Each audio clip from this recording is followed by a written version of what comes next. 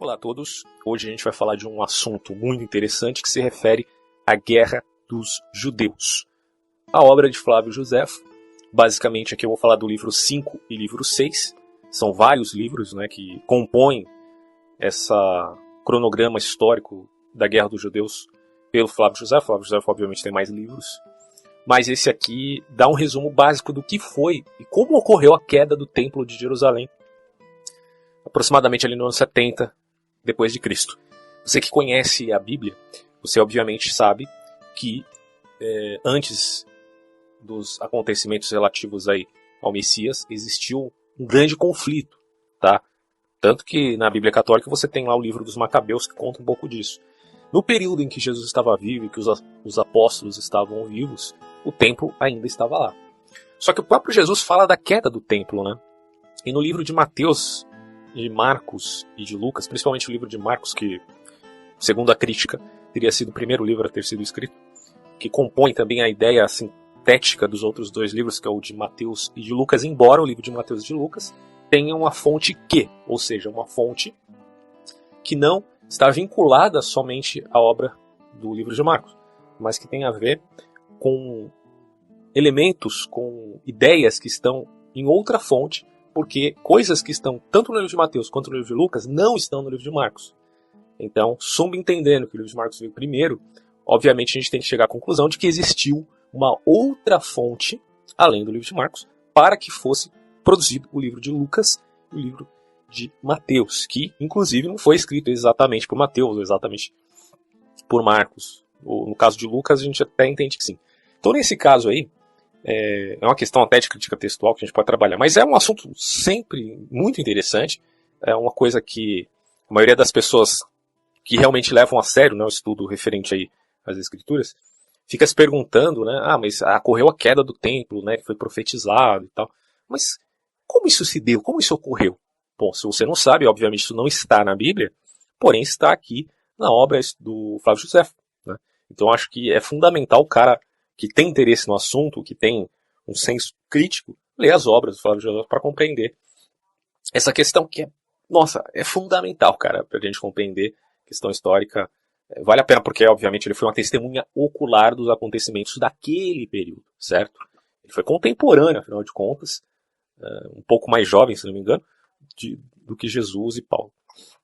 Bom, então como o livro de Marcos, o livro de Mateus e de Lucas o livro de João, segundo a crítica, ele foi o último a ser escrito. Tanto que o livro de João ele se distancia um pouco dos outros três sinóticos. Então, no caso do livro desses três livros primeiros, dos evangelhos, alguns alegam que eles foram escritos depois da queda do templo, justamente por conta da profecia referente a essa queda. Porque, obviamente, a concepção da crítica textual mais materialista vai dizer, não tinha eles saberem que isso iria ocorrer. Mas, se eu não me engano, existem livros apócrifos que falam da queda do templo. Eu preciso confirmar essa informação, mas, se eu não me engano, eu já ouvi algo a esse respeito. Livros apócrifos que falam a respeito da queda do templo. Então, não é estranho pensar que Jesus tivesse falado da queda do templo antes de ocorrer, dados os conflitos que já existiam naquele período ali da Palestina, muito antes, inclusive, do Jesus nascer. Era uma situação assim de conflitos muito constantes, Desde os grandes impérios. Muito tempo atrás você tem Babilônia, você tem os medos e os persas, e você tem os gregos. Tá? Você tem Antíoco Epífanes, que foi um grande carrasco ali, também opressor do povo judeu, que na verdade queria helenizar aquele povo, tirar a sua cultura judaica e trocar por uma cultura grega, contaminando os elementos fundamentais do judaísmo. E isso gerou muitos conflitos, inclusive aquilo que nós poderíamos chamar de sacrifício abominável, algo assim, que está relatado ali no livro de Daniel, que alguns dizem que teria sido escrito justamente por conta desses conflitos macabaicos. Mas isso é outra história referente à crítica, tá? Então vamos trabalhar aqui a ideia do Flávio Josefo, muito interessante, com base no que ele realmente disse, ok? Bom, Tito, depois de percorrer, como havíamos dito antes, o deserto que há do Egito, eu já estou partindo do livro 5. Se você quiser conhecer mais a respeito da Guerra dos Judeus, lê do livro 1 em diante. Lê do livro 5 até a queda. Então Tito, depois de percorrer, como havíamos dito antes, o deserto que há do Egito até a Síria, chegou a Cesareia, onde havia decidido reunir as tropas. Enquanto esteve na Alexandria, colaborando com seu pai na consolidação do império que acabava de receber das mãos de Deus, segundo Flávio Josefo, aconteceu que a insurreição em Jerusalém, que então havia recobrado seu esplendor, se dividiu em 3 facções que guerreavam entre si. Então existiram 3 facções lá em Jerusalém que guerreavam entre si para receberem a incumbência de guerrear posteriormente contra Roma. Entre essas pessoas malvadas, podia-se dizer que este fato foi um bem e um ato de justiça. Já falamos com detalhes sobre o ataque dos zelotes contra o povo, os famosos zelotes, né? Que eram os guerrilheiros de Israel daquele período, digamos assim. Que suponho ser o começo da tomada da cidade, como surgiu, e que nível de maldade eles alcançaram. Né? Espírito revolucionário, filho, tem seus traços até mesmo no primeiro século. Ninguém se equivocaria se dissesse que desta revolta nasceu outra, como uma fera, que raivosa por falta de carne alheia consome sua própria carne. Eleazar, lembrem-se que são 3, né? Eleazar, a facção de Eleazar, a facção de João e a facção de Simão. Eleazar, filho de Simão, outro Simão, que desde o princípio havia separado os zelotes do resto do povo judeu, reunindo-os no templo, a partir deste momento estava aparentemente indignado com os crimes frequentes de João, da facção de João. Pois isso aqui não tem nada a ver com João do Evangelho nem com João Batista, pelo amor de Deus. Pois este não parava com as suas matanças, ainda que em verdade não tolerasse estar submetido a um tirano mais jovem que ele.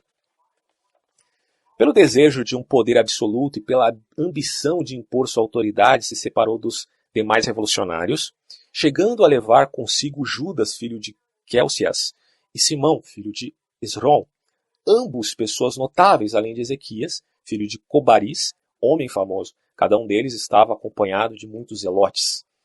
Apoderando-se do recinto interior do templo e colocaram suas armas em cima das portas sagradas. Sentiam-se seguros porque tinham provisões muito grandes, né? Provisões abundantes. Com efeito, havia muitas oferendas sagradas para pessoas que achavam que isso não seria ímpio, mas tinham medo porque eram poucos e ainda assim, na maioria das vezes, ficavam sem se mover neste lugar. Por sua parte, João era superior em número de homens, facção de João, na mesma proporção que era inferior pela posição que ocupava. Tinha os inimigos sobre sua cabeça, de modo que os ataques que fazia contra eles eram perigosos e por causa de seu ódio não podia ficar quieto. Apesar de sofrer mais danos que os que infligia aos homens de Eleazar, não permanecia inativo. Eram frequentes suas incursões e os ataques de flechas. O templo estava manchado por todos os lados pelo sangue dos mortos. Quem contaminou o templo com derramamento de sangue, então, se percebe, foram as facções judaicas. Simão, filho de Jora, ou de Jorá, a quem o povo, em um momento de desespero, com a confiança de que o ajudaria, havia chamado para que viesse à cidade como seu próprio tirano. Controlava a cidade alta e a maior parte da cidade baixa, e assim atacava com mais vigor as tropas de João, pois estas eram atacadas pelos que estavam em cima. João fazia-lhes frente nas mesmas condições de inferioridade que os homens de Simão em relação com os que estavam acima do templo. Por isso acontecia que João, atacado pelos 2 bandos, causava e recebia golpes com a mesma facilidade. A superioridade que os homens de Eleazar tinham sobre ele, por encontrarem-se em um lugar mais baixo, tinha ele também sobre Simão por sua posição elevada. Assim, repelia com suas mãos vigorosamente as investidas que vinham de baixo, enquanto que rechaçava com máquinas de guerra os lançamentos que fazia do alto do templo. Tinha um grande número de oxibelas, sabe-se lá o que é isso, né? Mas enfim, de catapultas e de balistas, com as quais não só se defendia dos inimigos, como também acabava com a vida de muitos que ali estavam oferecendo sacrifícios. Ainda que estivessem totalmente cheios de ira para cometer todo tipo de impiedade, mesmo assim permitiam entrar os que queriam oferecer sacrifícios. Tá?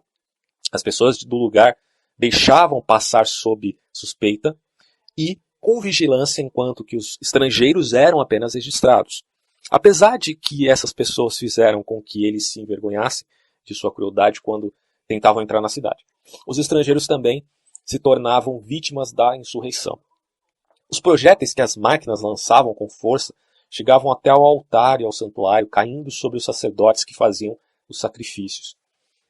Muitos dos que vieram dos confins da terra até esse lugar famoso e sagrado para todos os homens caíam eles mesmos diante de suas vítimas e banhavam com seu próprio sangue o altar que era venerado por todos os gregos e por todos os bárbaros. Os cadáveres dos estrangeiros se mesclavam com o dos habitantes do país, os dos leigos com os dos sacerdotes. O sangue destes mortos, tão diversos, encharcava os átrios sagrados. Olha o drama da situação, cara, antes da queda do templo. Será que você, a mais desdita das cidades, teria padecido uma desgraça tão grande por parte dos romanos, que entrariam para purificar com fogo os ódios internos do seu povo?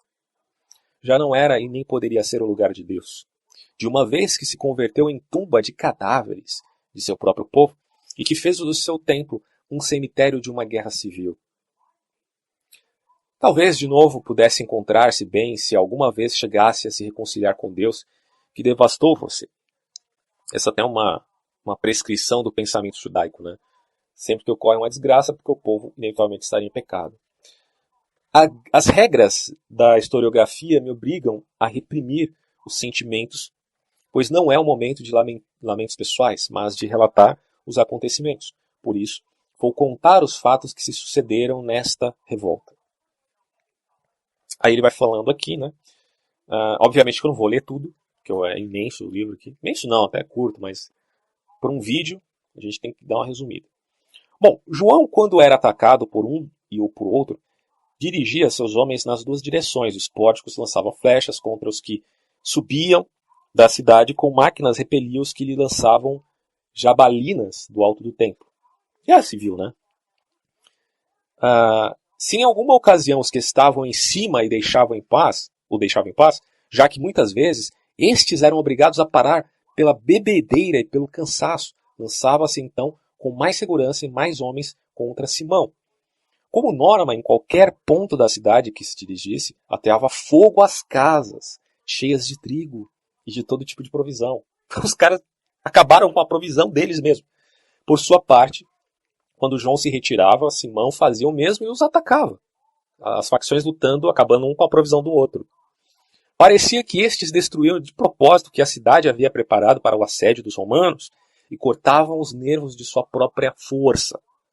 Você vê, quando a ira toma conta, se ela não for bem trabalhada, ela traz à tona apenas a força da ação, sem inteligência nenhuma. Os caras acabaram com a própria provisão.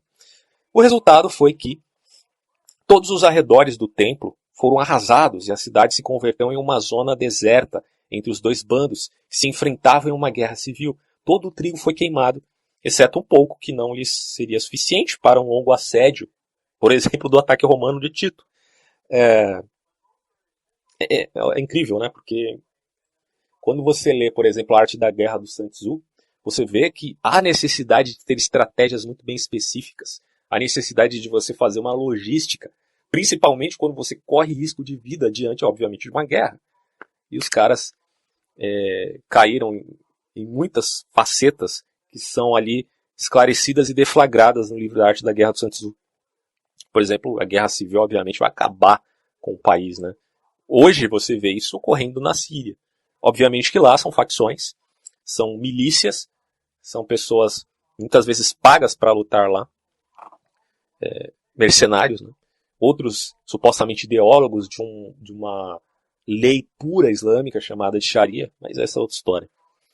Bom, deste modo caíram vítimas da fome, o que precisamente de nenhuma forma haveria ocorrido se eles mesmos não houvessem causado isso. Enquanto a guerra se estendia por todos os lugares da cidade, pelas mãos dos conspiradores e da ralé, o povo que estava no meio era despedaçado, como se tratasse de um grande cadáver. Os anciãos e as mulheres, desesperados pelas desgraças que ocorriam dentro da cidade, desejavam que viessem os romanos e que a guerra estrangeira os livrasse dos males internos. Aí você vê, né? Ah, coitado dos judeus, perderam tempo. Eu não estou dizendo de forma geral, eu, muito pelo contrário, não tenho nada de antissemita, até porque eu defendo muito a cultura judaica, mesmo em detrimento, né, daquilo que a gente poderia chamar de cristianismo, mas eles cometeram erros gravíssimos. Não só, eu não vou nem entrar no mérito, como o Flávio José coloca aqui, do pecado do povo, isso é outra história, mas são erros estratégicos de inteligência militar que você percebe lendo o livro, são muito claros, né? O espanto e o medo terrível se apoderaram dos bons cidadãos, pois não viam que fosse o momento oportuno para decidir uma mudança. Nem tampouco existia a possibilidade de um acordo ou sequer a possibilidade de fugir para quem quisesse fazê-lo. Havia vigilância em todos os lados, e os chefes dos bandidos, ainda que estivessem em desacordo em muitas coisas, matavam como inimigos comuns os que queriam negociar a paz com os romanos. E os que eram suspeitos de deserção somente se colocavam de acordo para assassinar pessoas que mereciam salvar-se. De dia e à noite não cessavam os alaridos dos combatentes, das facções. Ainda eram mais terríveis os gemidos dos que choravam nos combates. Por isso que eu falo, cara, esse espírito de facção é tão maléfico, tão impuro, tão sacana, tão santarrão. E eu acho que isso é um elemento muito legal de a gente colocar aqui, fazendo uma aplicação à lição que a história nos dá. Que qualquer sentimento faccioso que você tenha, seja com partidos políticos, seja com religião, seja com um time de futebol, olha, isso é uma coisa tão maléfica, tão ruim para a alma humana, que faz com que ocorram inúmeras injustiças, certo? Em nome do que supostamente você chama de verdade, você chama de luta, você chama de missão, né? Grandes visionários que existiram no mundo se tornaram grandes carrascos. O fato de você ser visionário não o torna bom. Que é uma coisa que as pessoas confundem. Acho que visionário, só porque é visionário, ou seja, um grande líder, necessariamente ele é uma pessoa que tem uma missão terrestre maravilhosa aqui na Terra. E no final acabam se tornando pessoas que fomentam coisas ruins. Então, tomem cuidado, não sejam facciosos, porque essa é a lição que a gente tira aqui da Guerra dos Judeus. De dia e noite não cessavam os alaridos dos combates, ainda eram mais terríveis os gemidos dos que choravam nos combates. Os desastres eram o motivo dos sucessivos lamentos, mas o medo reprimia os gritos de dor. Ao silenciar suas desditas pelo temor, se torturavam com gemidos que estalavam em seu interior. Os parentes já não sentiam nenhum respeito pelos vivos, nem se preocupavam em enterrar os mortos. Nem a prescrição mais notável que se via no povo judeu, que era o respeito aos mortos, estava ocorrendo ali por causa de uma contingência tão terrível. Não dava para enterrar mortos. Ficavam lá os corpos estendidos, mortos, e o sangue derramado ali. O desespero que todos tinham por suas vidas faziam que estes fatos ocorressem, pois os que participavam desse levante não aspiravam a nada, já que tinham a ideia de que iriam morrer de um momento para outro. A morte sempre estava à espreita, e é isso que está ocorrendo lá em Alepo, na Síria, no país inteiro. A morte sempre está à espreita ali naquele país. Eu estava lendo uma reportagem esse dia, eu vou fazer essas aplicações mesmo, tá? Não vou só ler aqui. Porque a ideia desse vídeo é realmente fazer aplicações de lições históricas. Se não tirar nenhuma lição da história, cara, não vale nada você compreender essa situação. Lendo algumas reportagens, se eu não me engano, na BBC Brasil, eu fiquei pasmo, cara, com um cidadão que fazia trabalhos para crianças lá em Alepo. Ele se vestia de palhaço, ele ia lá e fazia brincadeiras com as crianças, para tirar toda aquela tensão, aquele peso mórbido que existe naquele país. Porque não há criança que suporte isso, né? As crianças querem fantasiar, querem brincar, querem se divertir, querem aprender coisas novas. O cérebro está em estado crítico, como tem alguns vídeos aqui falando sobre cérebro humano, neurociência, neurologia, onde a gente entende que a criança, quando está com a sua idade ali, até a puberdade, ela está num estado crítico tal que ela consegue absorver tudo que vai a ela. Por isso que é mais fácil uma criança aprender um novo idioma do que um adulto, né? Embora o adulto também tenha a capacidade de aprender coisas novas, porque a plasticidade cerebral existe em todas as idades. mas principalmente na criança. Então você imagina uma criança que está recebendo apenas percepções de guerra, de morte, de derramamento de sangue, de uma morbidez terrível por conta dos ataques, principalmente do Estado Islâmico, né? Não querendo defender aqui o governo do Bashar al-Assad, que é outra história, ele também cometeu crimes, inclusive com aquele gás sarin é atribuído, até onde eu sei, ao governo da Síria, não ao Estado Islâmico. Mas, cara, que situação horrível. E esse cidadão que fazia, né, esse trabalho com as crianças foi assassinado. Vocês não imaginam o que está ocorrendo ali na Síria. Que é exatamente o que ocorreu aqui, na época em que o templo estava prestes a ser derrubado. Em suas batalhas, os rebeldes pisoteavam os cadáveres, que se amontoavam uns sobre os outros, aumentando sua crueldade ao aspirar o desespero que desprendiam os mortos que estavam sob seus pés. Sempre estavam inventando alguma forma de destruírem-se mutuamente. Essa aqui é a ótica do Flávio José. Mas não há por que duvidar que isso seja mentira, não há por que duvidar que isso seja verdade. E ao executar sem piedade os que planejavam, não faziam sem fazer algum tipo de ultraje e crueldade. Sem dúvida, João, líder da facção ali, né, utilizou madeira sagrada para fazer as máquinas de guerra. Em uma ocasião, o povo e os sumos sacerdotes determinaram reforçar o templo e aumentar sua altura em 20 côvados. O rei Agripa, não sem grandes gastos e esforços, fez que trouxesse do Líbano a madeira para fazer isso. Vigas dignas de se admirar por sua retidão e por sua dimensão. Mas como a obra havia sido interrompida pela guerra, João as cortou e construiu com elas torres, pois viu que eram de comprimento suficiente para fazer frente aos que atacavam do alto do templo. Levou as torres para a parte de trás do recinto e as ergueu ali, em frente ao portal do lado oeste, no único lugar que era possível, tendo em vista que os demais locais estavam separados a uma longa distância por escadas. Aí ele vai falar agora sobre Tito, que começa a se aproximar de Jerusalém com o seu exército romano. Levava 3 legiões, que antes haviam assolado com seu pai a Judéia, além do 10ª legião de Céstio, que antigamente havia sido derrotada.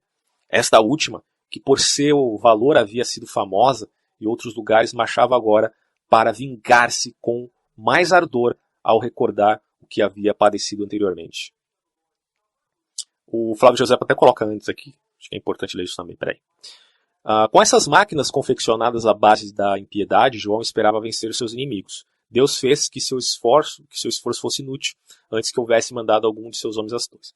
Tito, depois de reunir consigo mesmo uma parte do exército e ordenar que o resto se concentrasse em Jerusalém, saiu de Cesareia.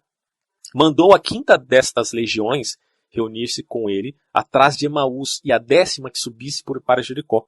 Enquanto isso, ele partiu com as tropas que foram acrescentadas com um destacado número de aliados dos reis e importantes tropas auxiliares da Síria. Também se uniram aos soldados que estavam com Tito as 4 legiões de Vespasiano, havia destacado os efetivos que haviam enviado com Messiano à Itália. Foram 2.000 soldados escolhidos do exército de Alexandria e 3.000 da guarnição de Eufrates. Tibério Alexandre era o mais apreciado de seus inimigos por sua fidelidade e sua perspicácia. Eu vou pular algumas partes aqui, depois eu coloco o livro, quem tiver interesse em comprar, tá? Tito em perigo ao explorar as muralhas, salva-se por milagre. Enquanto Tito avançava em linhas retas pelo caminho que levava à muralha, ninguém saiu porta fora. Quando desviou da rota, o destacamento da cavalaria e o levou consigo para a torre Psefino, de repente uma imensa quantidade de judeus saltou das torres das mulheres pela porta que está em frente ao monumento de Helena, passando pelo meio da cavalaria. Colocaram-se de frente aos que vinham correndo pela planície, impedindo-os que se juntassem aos que se haviam desviado desta rota e assim deixaram Tito e uns poucos homens cercados. Ao general romano era impossível avançar adiante, pois toda a zona dessa muralha estava cheia de canalizações para as vertentes que estavam cortadas por pequenos muros transversais e numerosos cercados. Viu que não podia ir com suas tropas pela quantidade de inimigos que havia à sua frente, que a cavalaria havia dado a volta e que a maioria dos cavaleiros havia se retirado sem ter conhecimento do perigo que o príncipe Tito corria. E ele, ao compreender que sua salvação residia unicamente em sua força, deu um grito em seu cavalo e gritou para os que estavam com ele que o seguissem. Saltou no meio dos inimigos, abrindo caminho à força para dirigir-se até os seus. Isso aqui está muito Game of Thrones, né? Obviamente, se tem alguma semelhança, sem dúvida nenhuma, é por parte da série, do autor dos livros, do que do Flávio José, claro. É sobretudo nestes momentos que tem que se pensar que Deus é quem decide a sorte nas guerras e nos perigos que os soberanos têm que enfrentar. Com efeito, nenhuma de muitas flechas que foram lançadas contra ele alcançaram o corpo de Tito, que não usava nenhuma armadura, nem couraça, já que, como disse anteriormente, não ia como combatente, mas como observador apenas. Ele só ia observar. Todas elas passavam inutilmente fazendo barulho diante dele, as flechas, como se houvessem sido lançadas deliberadamente para falhar e não atingir o alvo. Tito, com sua espada, repelia sem parar os que o cercavam pelos lados, abatendo muitos dos que o atacavam pela frente, passando com o cavalo por cima dos corpos que derrubava. Produziu-se uma gritaria entre os judeus ante a audácia de César, e se estimularam a lançar-se contra ele. Contudo, batiam em retirada quando Tito ia para cima deles com o seu cavalo. Os que participaram do perigo se agruparam em torno do príncipe ao se verem pressionados por trás e pelos lados, posto que a única esperança que tinham era atuarem em consonância com Tito e assim não dar tempo aos que o cercavam. Morreram 2 dos soldados que estavam mais distantes dele, um que foi cercado com seu cavalo e morreu a flechas, e outro que caiu, deram-lhe a morte e levaram seu cavalo. Tito se refugiou com os demais, são e salvo, lá no acampamento. Dessa forma, entre os judeus que haviam obtido a vitória no primeiro ataque, uma irreflexiva esperança exaltou seus ânimos e um êxito passageiro os deixou plenos de valor para o futuro. Realmente, os judeus não estavam com muita sorte. Sorte entre aspas, né? Bom, agora ocorre o seguinte. As 4 legiões romanas elas vão se acampar em frente aos muros de Jerusalém. Tá? Então, César, como se havia unido a ele, a legião, né, que havia chegado à noite, proveniente de Emaús, levantou dali o acampamento no dia seguinte e partiu para o lugar chamado Escopo, de onde se via a cidade de Jerusalém e a resplandecente magnificência do templo. Trata-se de uma pequena elevação que se une com a cidade pelo lado norte e que por este motivo recebe o nome de Escopo, de acordo com a sua etimologia. Quando estava a 7 estádios da cidade, Tito mandou as 2 legiões acamparem-se juntas, sendo que a 5ª legião se ocupou de fazê-lo 3 estágios para trás, pois parecia a ele que esta última cansava pela fadiga da marcha noturna, merecesse estar protegida para realizar suas tarefas de entrincheiramento com mais segurança. Quando acabaram de realizar seu trabalho, chegou a 10ª legião de Jericó, onde estava o destacamento de infantaria para vigiar o de que Vespasiano já se havia apoderado. Essa legião foi dada a ordem de acamparem a 6 estádios de Jerusalém, no conhecido Monte das Oliveiras, que se elevava em frente à cidade, na parte oriental, separada desta por um profundo barranco, conhecido pelo nome de Cedron. E aí você tem os 3 grupos de judeus que se unem para atacar. A guerra exterior, que surgiu repentinamente com intensidade, com grande intensidade, colocou fim, pela primeira vez, às disputas das facções que se enfrentavam lá na cidade de Jerusalém. Quando os rebeldes ficaram atônitos pelo fato de que os romanos terem levantado 3 acampamentos, iniciaram uma funesta aliança, conversando entre si. Que esperança podiam ter ao permitir que 3 fortificações os impedissem de respirar tranquilos e que, enquanto o inimigo construía uma cidade em frente a essas, permanecessem fechados atrás das muralhas, sem fazer nada com suas mãos nem com suas armas, como espectadores que assistem à construção de formosas e convenientes obras? Eis que somos valentes somente contra nós mesmos, enquanto que os romanos vão conquistar nossa cidade. Tem derramamento de sangue devido às nossas lutas internas, gritavam os judeus. Quer dizer, eles se tocaram, né, que essas guerras internas iam minar a força que eles precisavam ter para combater os romanos. Enquanto se reuniam, animavam-se com essa falação. De repente, pegaram suas armas e se lançaram contra a 10ª legião com uma imensa gritaria, sem estratégia nenhuma, só gritaria, através do barranco. Caíram sobre o inimigo que estavam trabalhando no atrincheiramento.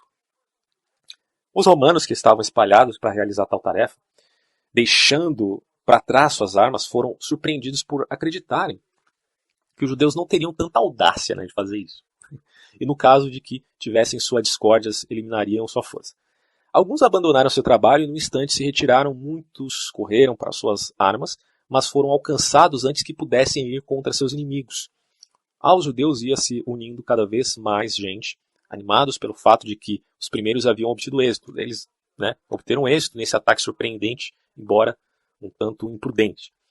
Tanto esses mesmos como os inimigos tinham a impressão de serem mais numerosos do que na realidade eram, devido à sua boa fortuna.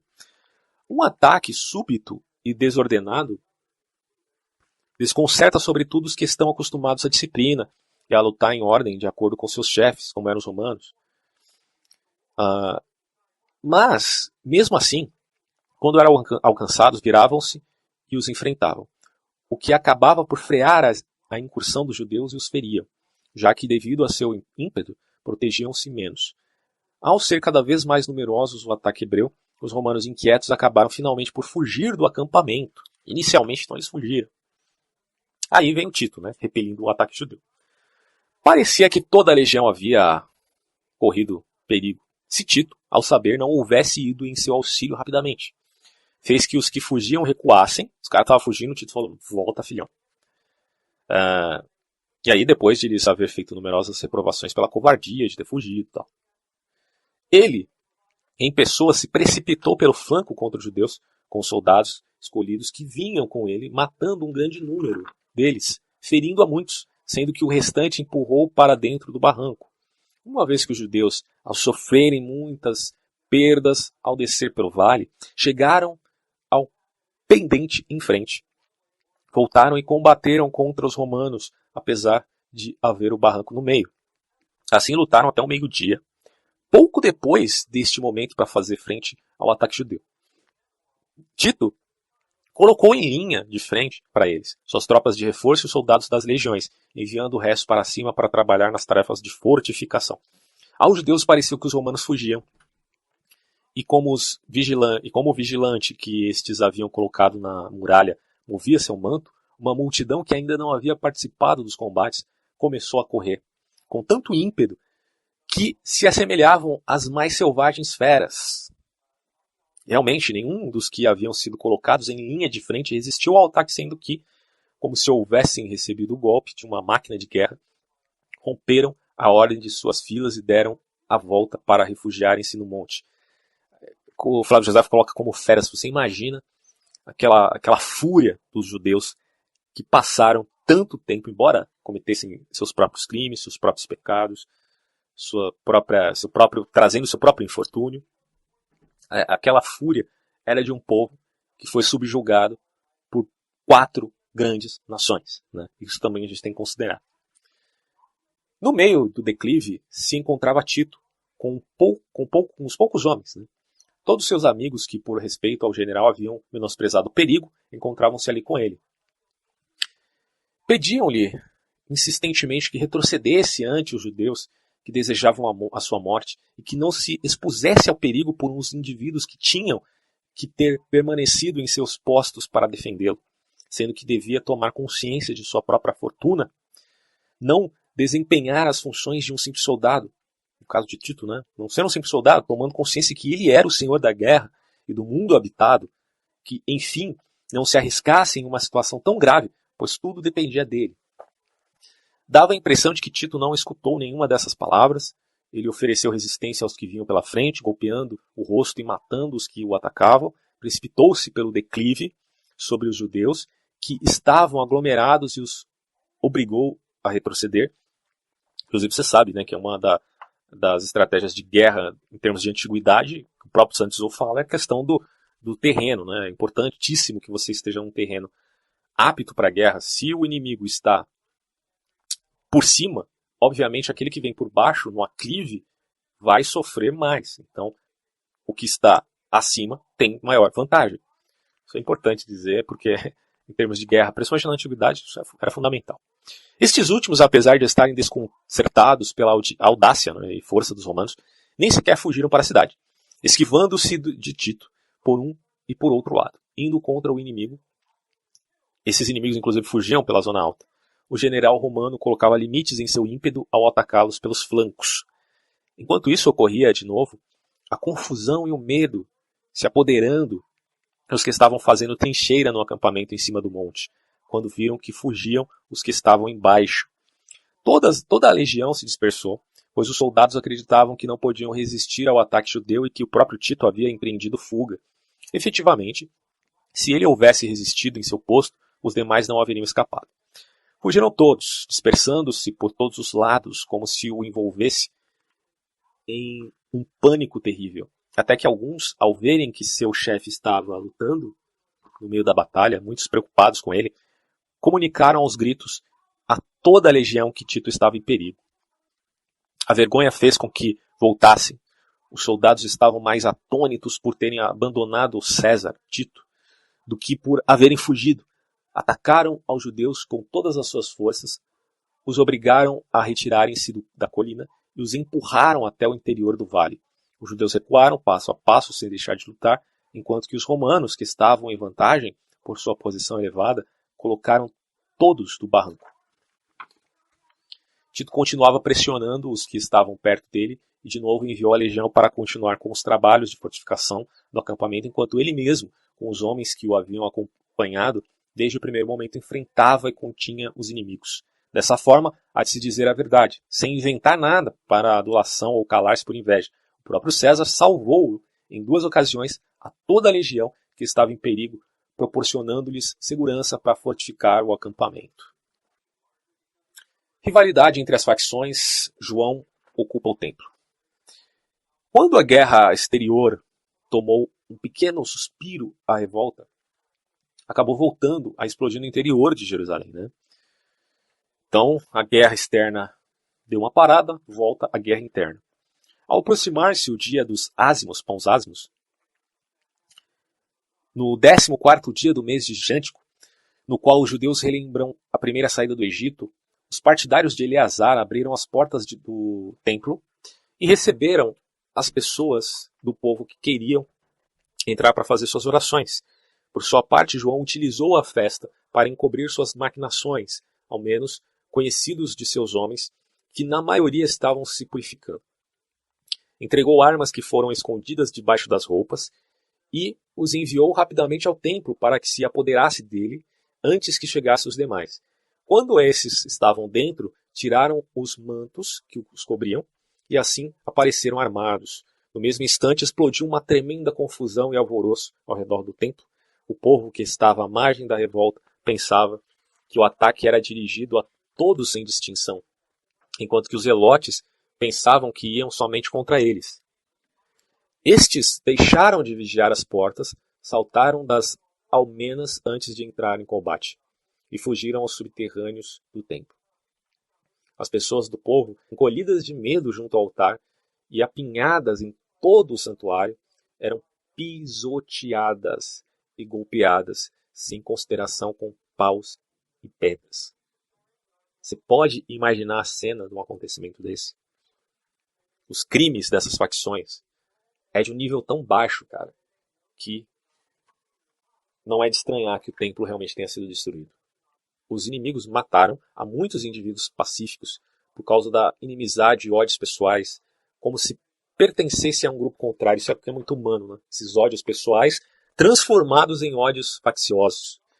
Todos os que antes haviam ofendido a qualquer um dos rebeldes eram agora torturados, como se fossem um zelote, no caso de ser reconhecido. Toda vez que cometiam numerosas iniquidades com os inocentes, davam trégua para os culpados, pois permitiam assim que saíssem os que estavam nos subterrâneos. Os homens de João se apoderaram do interior do templo e de todas as provisões que nele havia, ficando assim seguros para irem contra Simão. É assim que uma revolução, antes dividida em 3 grupos, agora reduzida a apenas 2. Uma facção foi eliminada. E depois ele vai falar aqui sobre os preparativos que Tito faz para um novo ataque, né? Ele vai falar também sobre os judeus atacando os romanos. Por exemplo, ele vai dizer que também nesses dias os judeus armaram contra os romanos e seguiam o seguinte estratagema: os rebeldes mais audaciosos, como se tivessem sido expulsos da cidade pelos partidários da paz, e temendo a chegada dos romanos, saíram para fora pelas chamadas torres das mulheres, ficando confinados e escondidos uns atrás dos outros. Alguns, por outro lado, foram colocados em cima da muralha, gritando a palavra paz, pediam um acordo e chamavam os romanos com a promessa de que lhe abrissem as portas. Cada vez que diziam isso, atiravam pedras contra os seus, como se buscassem tirá-los das portas. Os que estavam fora simulavam querer entrar à força e suplicar aos que estavam dentro. Dava a impressão de que estavam desorientados, já que não cessavam de atacar os romanos e retroceder. Os legionários não desconfiaram da astúcia dos judeus. Pô, sacanagem. Sensacional essa tática aqui. Sendo que se dispuseram a entrar em ação, pois acreditavam que a uns tinham em suas mãos preparados já para receber seu castigo, confiando que os outros lhes abririam as portas. A Tito pareceu suspeita essa chamada dos judeus, pois um dia antes havia pedido a eles que chegassem a um acordo por intermédio de Joséfo, não havendo encontrado entre estes uma atitude de moderação. Eles não tinham demonstrado isso antes. Assim, ordenou aos seus soldados que permanecessem em seus postos. O general Tito, de fato, era um homem que tinha em si a arte da guerra, né? Era um cara muito astuto. Alguns que estavam trabalhando nas primeiras fileiras da fortificação do acampamento já haviam se adiantado em tomar as armas e a correr até as portas.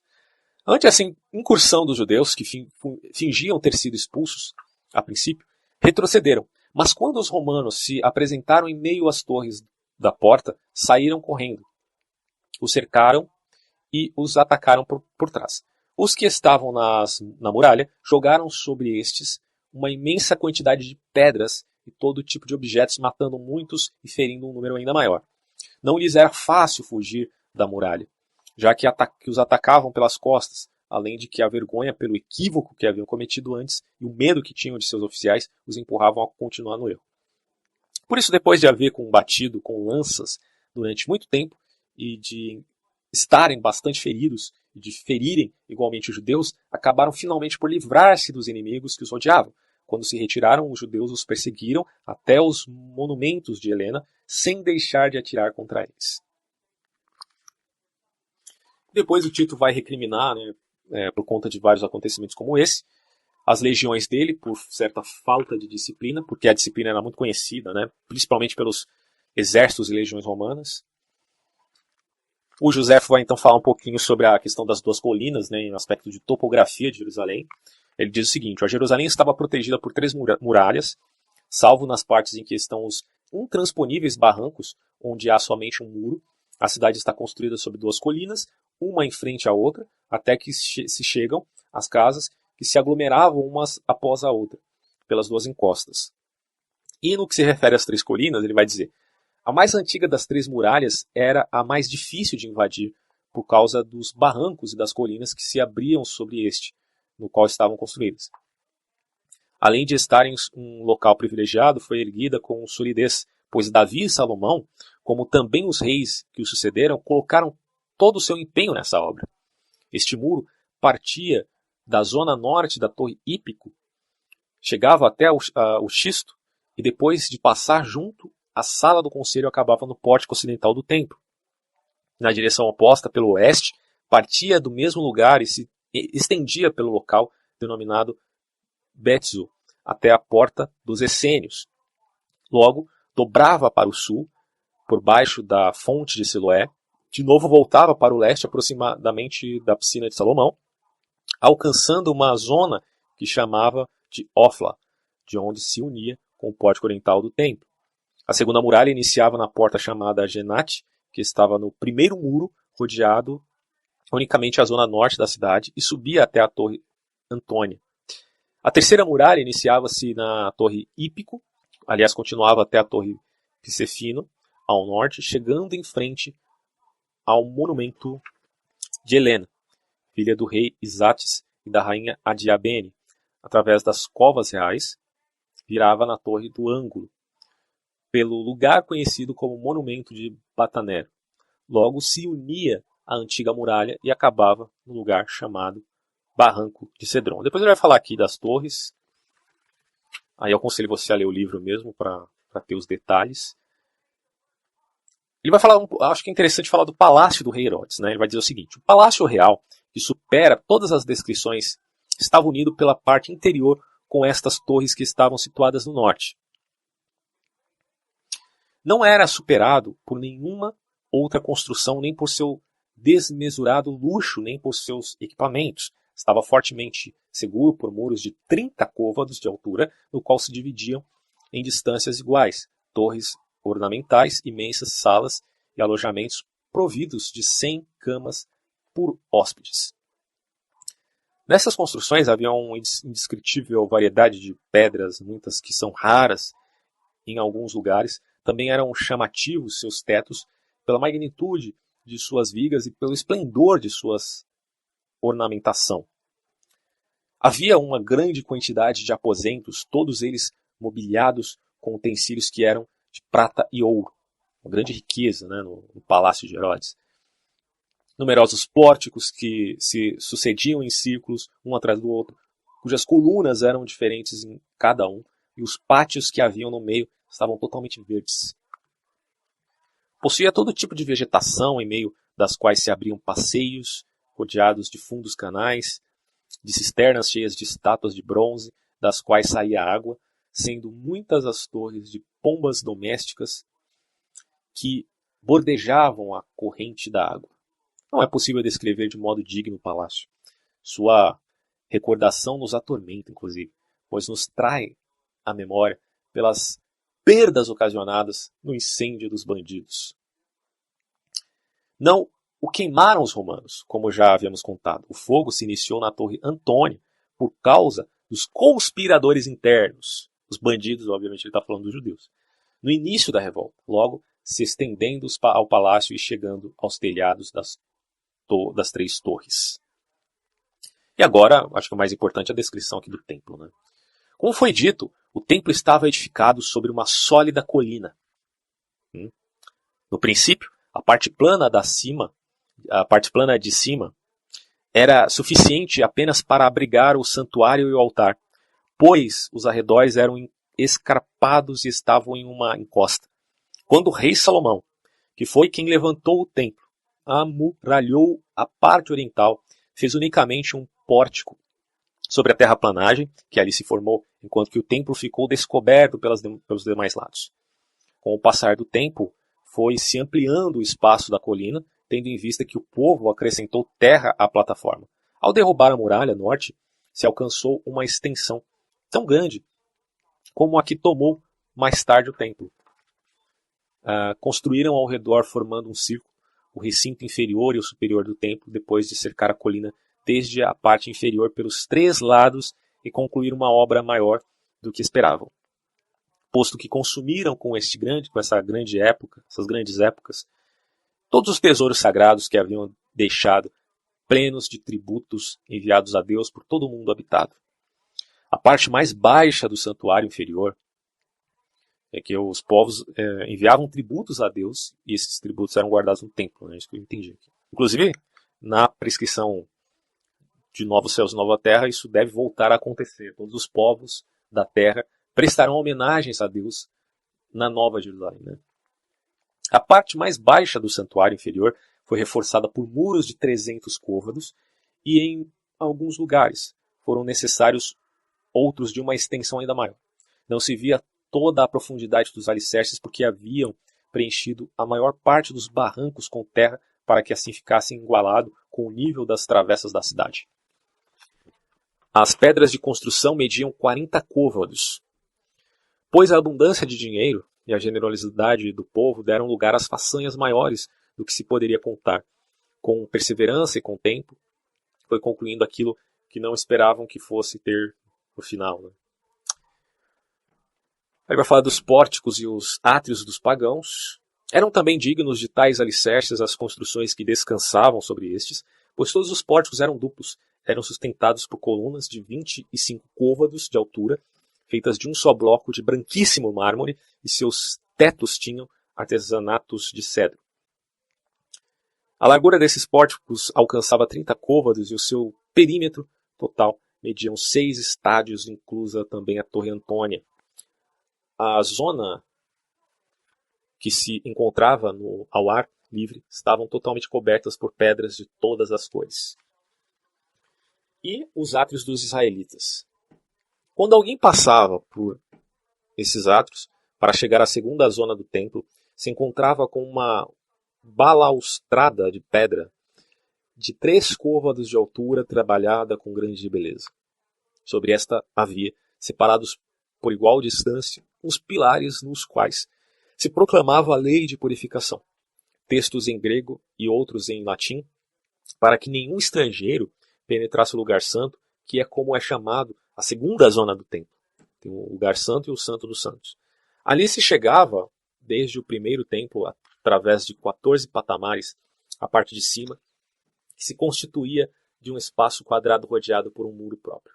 Sua altura exterior, apesar de oculta pela escadaria, era de 40 côvados e a interior de 25, pois por estar a pequena escada construída sobre um terreno mais alto, não se podia ver todo o muro de dentro, porque tapava a própria elevação da colina.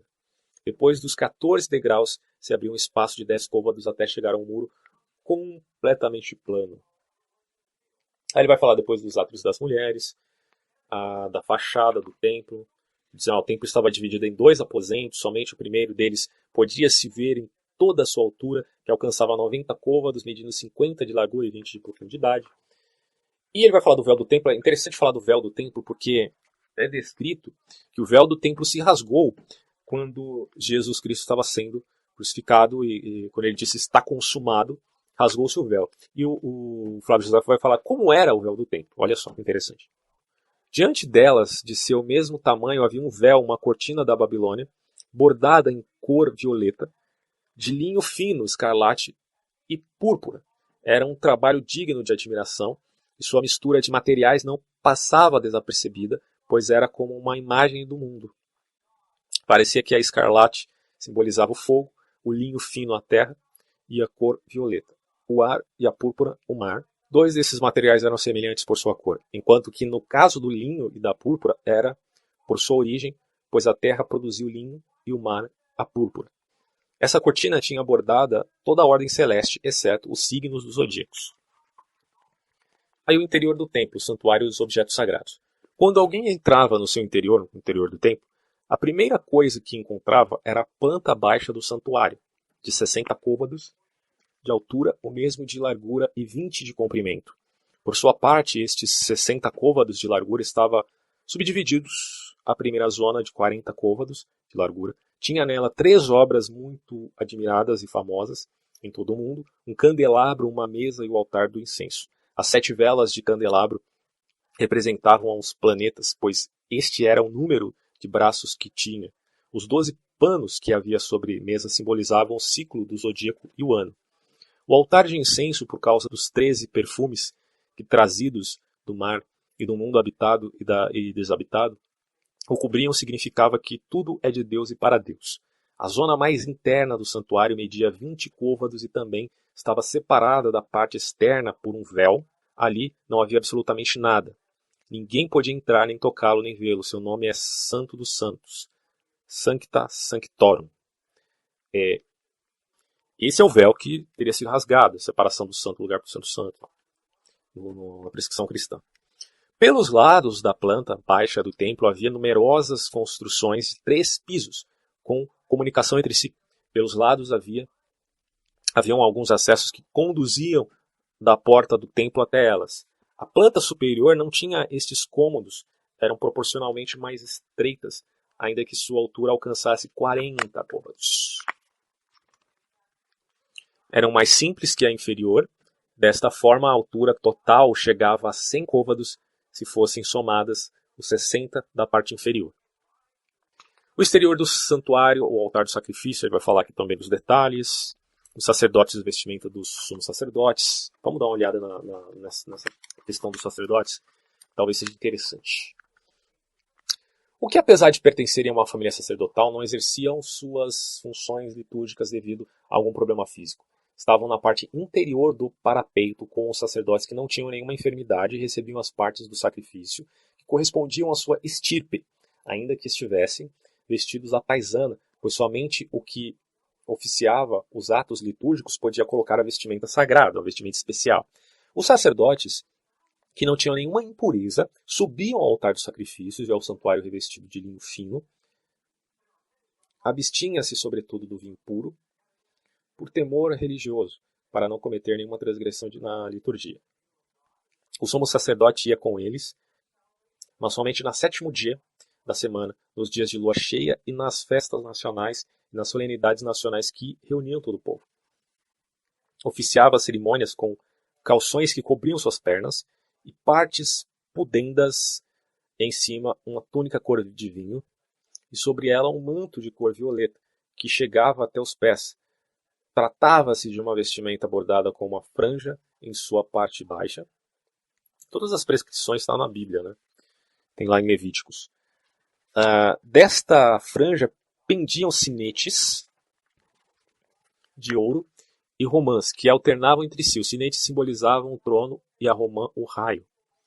O lado em que se prende a túnica ao peito tinha 5 franjas bordadas de diversas cores, ouro, púrpura, escarlate, além do linho fino de violeta, como também estavam tecidas, como já dissemos, as cortinas do templo.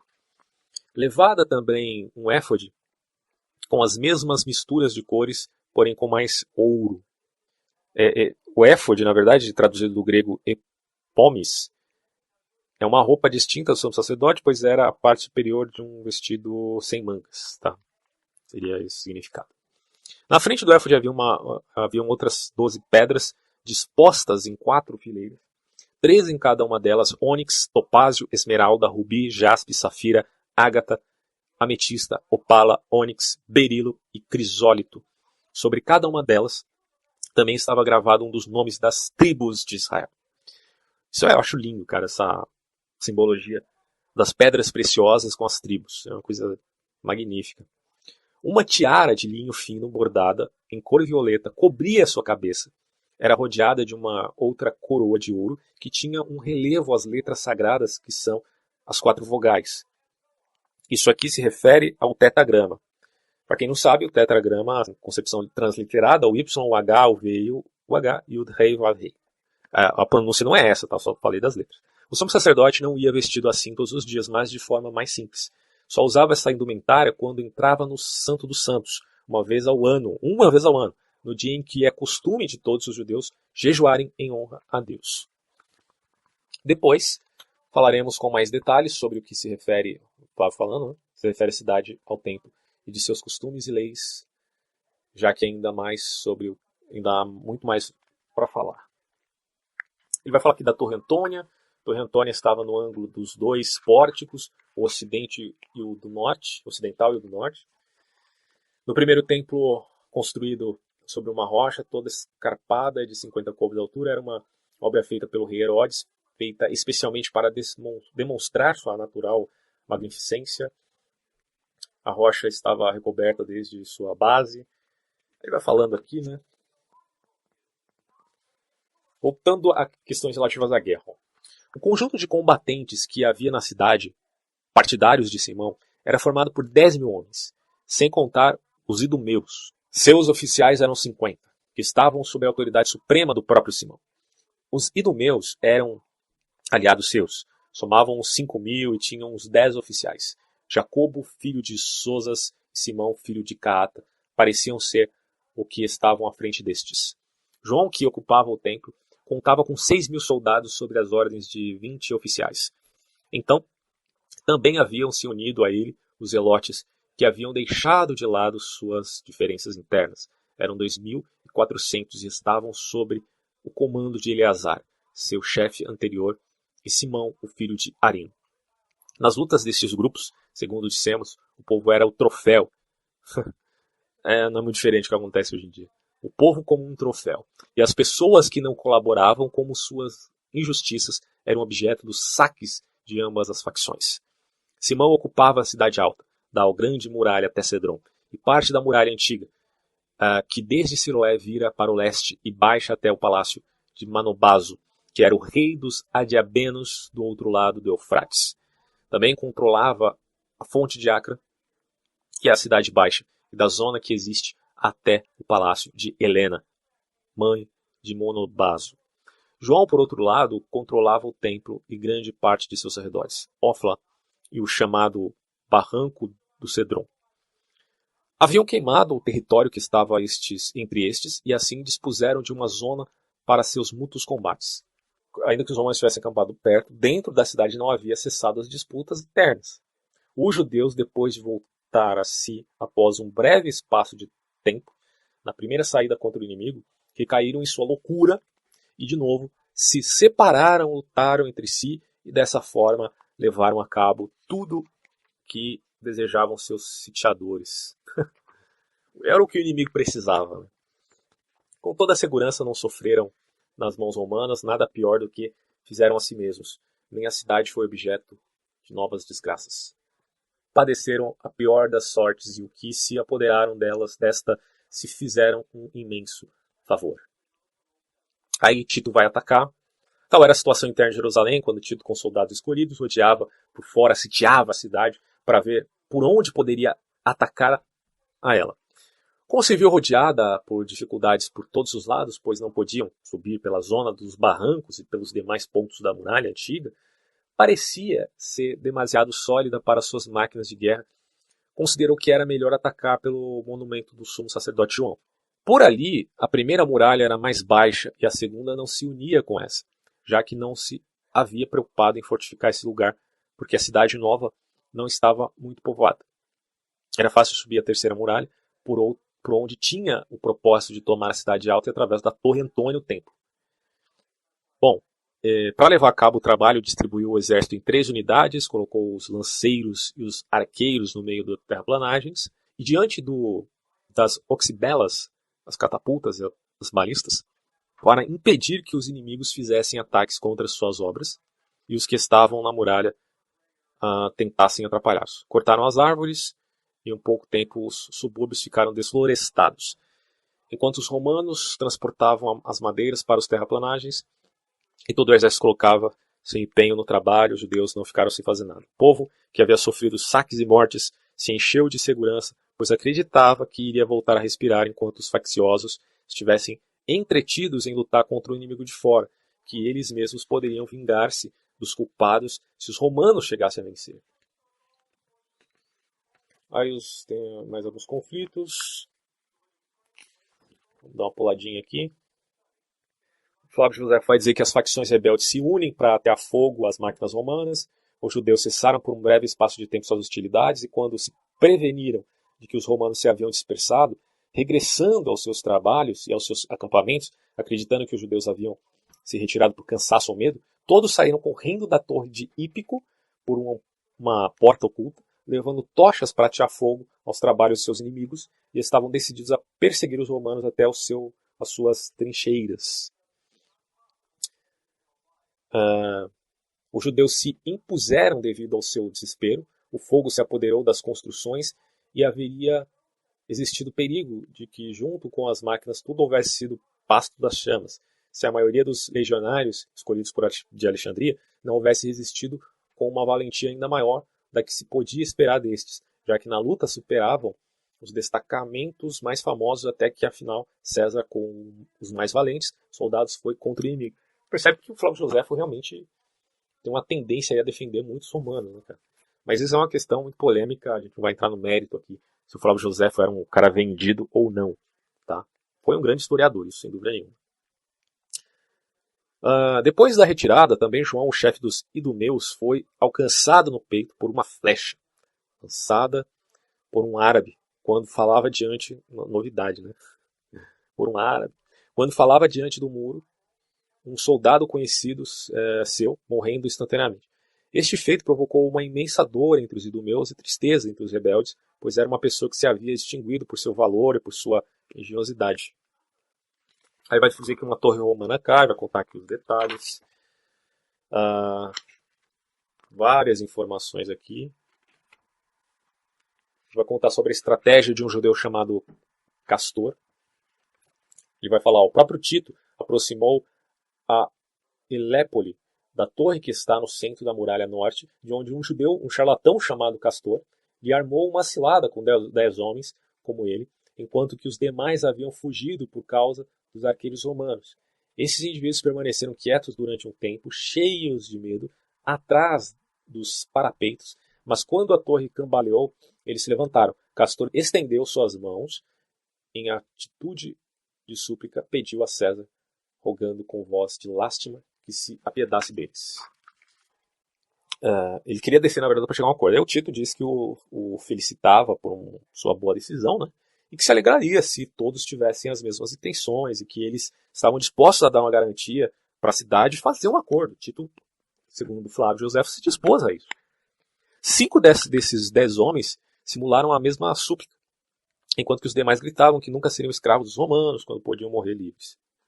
Durante o longo tempo em que os judeus estiveram discutindo, o ataque se deteve, e Castor enviou mensageiros a Simão para comunicar ao Simão faccioso, né, líder, comunicar que tinha tempo de sobra para tomar a decisão sobre a premiada situação, pois ele se aproveitaria ainda de um bom espaço de tempo da autoridade romana. Enquanto enviava essa ordem, à vista de todos fingia convencer também os reticentes que aceitassem o acordo com Tito. Essa grande malandragem aqui de usar de mentiras, né, numa guerra, de falsidade e tal, é também uma estratégia de guerra, sem dúvida nenhuma, mas o Flávio José coloca aqui como uma atitude totalmente antiética.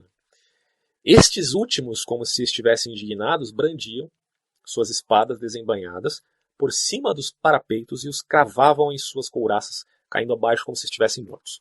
Tito e os que estavam com ele ficaram assombrados pelo arrojo desses homens, e ao não poder de baixo saber com exatidão o que acontecia, sentiram admiração por seus valores e se compadeceram de sua desgraça. Então, um dos romanos atingiu com uma flecha o nariz de Castor. Nossa, velho. Em seguida, ele arrancou a flecha e mostrou para Tito e se queixou desse injusto tratamento. César censurou o autor do disparo e enviou Joséfo, que estava ali presente, para que desse a mão e que ajudasse o Castor. Joséfo disse que ele não iria, pois os suplicantes não tinham boas intenções. E também pediu aos seus amigos que estavam dispostos a fazê-lo. Enéas, um dos desertores, manifestou que ele mesmo se aproximaria. Castor pediu que alguém tomasse o dinheiro que levava com ele, e Enéas correu ainda com mais pressa, com o manto aberto, para recolhê-lo. O Castor pegou uma pedra e a lançou. Não a alcançou porque se precaveu ante isso, mas feriu outro soldado que ia com ele. Quando César se deu conta da astúcia, compreendeu que na guerra a piedade é prejudicial, pois quanto mais severo se é, tanto menos se cai no engano. Indignado por esta chacota, aumentou a força dos golpes da Elépole. Os homens de Castor, aliás, queimaram a torre quando esta cedeu. Através das chamas, saltaram para o subterrâneo que existe debaixo desta. Assim, de novo, ofereceram aos romanos uma imagem de valentia, pois estes pensavam que eles haviam se jogado no fogo.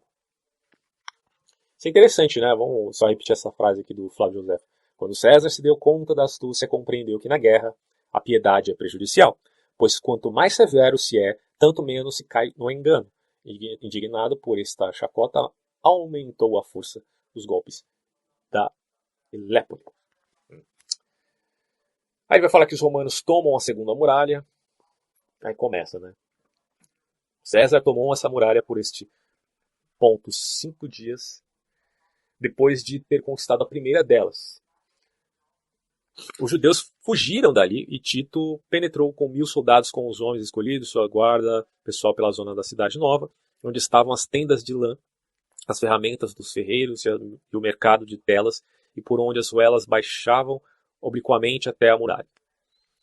Ele vai contando aqui, né, os rebeldes ameaçavam de morte a qualquer dos cidadãos que mencionasse a rendição, assassinavam os que falavam de paz, olha só, o que os rebeldes judeus faziam. Assassinavam os que falavam de paz e atacavam os romanos, espíritos zelote, né, que já estavam dentro da cidade, já tinham penetrado na cidade. Alguns saíam ao seu encontro pelas ruelas, outros das casas e outros saltavam pelas portas de cima fora da muralha. Eu pulei aqui várias passagens, né? Mas se você ler o livro do Flávio Josefo Guerra dos Judeus, você vai compreender isso claramente com os detalhes.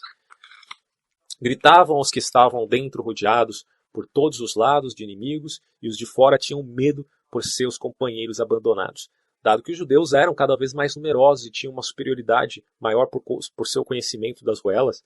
Feriram muitos romanos, e muitos romanos caíram sobre eles e os empurraram para fora. Os rebeldes acreditavam que a destruição do povo seria um alívio para esses mesmos, pois consideravam que somente mereciam salvar-se os que não queriam paz, olha só, e preferiam viver contra Roma. Por outro lado, se alegravam de que se consumisse a multidão contrária de seus propósitos, que para eles era como um estorvo. Aí você entra uma questão muito delicada, muito difícil de se lidar. Por um lado, você tem o orgulho judeu, porque eles tiveram o seu orgulho, o seu período de soberania, com Davi e com Salomão, principalmente, que viveu tempos de paz. De repente, eles são levados cativos com a promessa de libertação posterior. As tribos são dispersas. Israel é tomado cativo até antes de Judá. Judá é tomado cativo pelos babilônios. Aí fica lá a Babilônia. Depois os medo-persas permitem que os judeus voltem e reconstruam o templo. Só que eles ainda são pessoas que precisam prestar conta a nações gentílicas. E daí você vê no livro de Daniel o tempo dos gentios. O que é o tempo dos gentios? É o período em que Israel está submetido aos gentios. E que os gentios dominam o mundo. Com Babilônia, Medo-Persa, os assírios antes até da Babilônia, a Grécia dividida em 4 reinos, depois Roma. Então o que os judeus tinham em termos de ideologia? Eles queriam acabar com o tempo dos gentios. Como isso não ocorreu com Jesus sendo o Messias, porque Jesus inevitavelmente foi morto, e muitos acreditavam, obviamente, na ressurreição de Cristo como uma promessa mais espiritual, aqueles que queriam um Messias guerreiro entendiam, e aí surgem as facções, né? Aí eu vou tomar conta e vou agir pela minha própria força. Então eles não poderiam aceitar a paz porque eles queriam sair da subjugação dos gentios. E isso, obviamente, não ocorreu, até por causa de profecias da destruição do próprio templo. Né? E também pelos crimes desses líderes de facção que são abomináveis. E aí o Joséfo vai dizer o seguinte: essa era a atitude a respeito dos que estavam no interior da cidade. Impediram os romanos, que de novo tentavam entrar na cidade, porque alguns entraram, mas foram repelidos, e com seus próprios corpos cobriram a brecha na muralha. Durante 3 dias sua defesa resistiu com força, mas no 4º dia não puderam fazer frente ao enérgico ataque de Tito, sendo que se viram forçados a refugiar-se onde estavam antes. De novo, é interessante notar que eles taparam as brechas com o próprio corpo, né? Incrível. De novo, César se apoderou da muralha, destruiu imediatamente toda a sua parte norte e, após colocar guardas da torre, do lado sul, planejou o ataque à 3ª muralha. Tem uma questão aqui relativa à suspensão do cerco, que ele vai falar o seguinte: Tito considerou oportuno assegurar o cerco durante um tempo e dar aos rebeldes um momento mais de reflexão para eles desistirem, pois por si a destruição da 2ª muralha e o medo da fome os faria render-se, pois seus saques não seriam suficientes. Assim mesmo, ele se serviu destes descansos para seus próprios fins, foram obstinados. Tanto que na Bíblia é dito que a obstinação é quase uma idolatria, né? Quando chegou o dia em que teriam que distribuir o pagamento dos soldados, ordenou aos oficiais que pusessem o exército em ordem, a batalha, e distribuíram dinheiro a cada um de seus homens no lugar visível, os inimigos, tal. Vamos ver aqui.